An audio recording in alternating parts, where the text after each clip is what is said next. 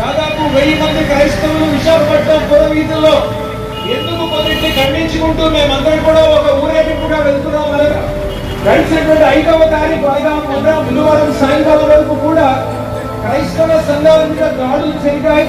ఇటీవల ఒక నెలలోపే 22 సంఘాల మీద దాడులు జరిగాయి. అమ్మాయిలను సంఘములో దూరి ప్లేట్లతో కోసేశారు.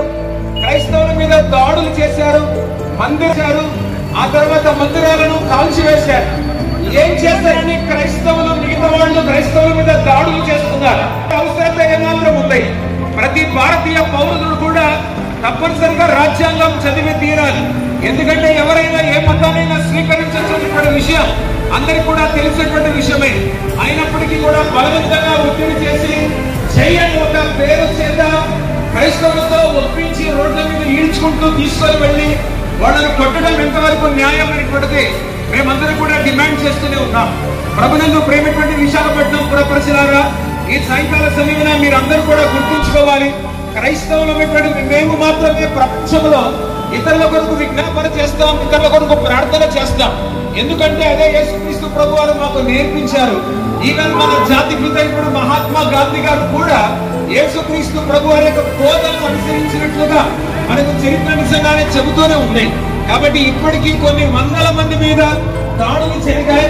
ఎవరైతే దాడుల్లో బాధితులుగా ఉన్నారో వారు కూడా వేరే జిల్లాల నుంచి వచ్చి కూడా ఈ ర్యాలీలో ఊరేగింపులో పాల్గొంటూనే ఉన్నారు. కాబట్టి మీరందరూ కూడా తెలుసుకోవాలి, మన ఎదుట కోర్టు కనిపిస్తుంది, న్యాయస్థానం కనిపిస్తుంది, చట్టానికి దేవాలయం లాంటి న్యాయస్థానం కనిపిస్తుంది, న్యాయవాదులు కూడా వింటూనే ఉన్నారు. కాబట్టి మనకందరూ కూడా తెలిసినటువంటి విషయమే.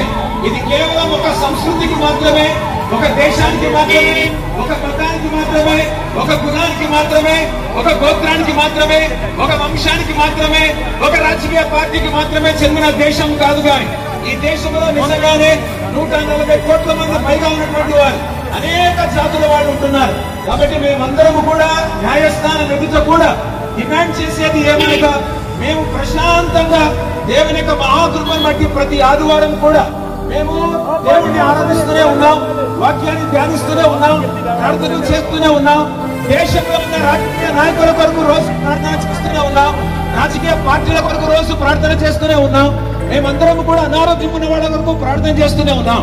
కాబట్టి ఈ విధంగా ఇతరుల భారమే మా భారముగా, ఇతరుల బాధే మా బాధగా మేమందరం కూడా స్వీకరించి దేశంలో అందరి కొరకు మేము ప్రార్థిస్తుండగా మా మీద దాడులు జరగడం ఎంతవరకు న్యాయం అనేది మేము యథార్థంగా సమాజాన్ని ప్రశ్నిస్తూనే ఉన్నాం. కాబట్టి ఒక్క మాట మా వాణి పార్లమెంట్ లో కూడా వినిపించాలి, మా వాణి ఇక్కడ శాసనసభలో కూడా వినపడాలని మేము కోరుకుంటూనే ఉన్నాం. కాబట్టి దయచేసి మీరు గుర్తుంచుకోవాలని కోరుకుంటున్నాం.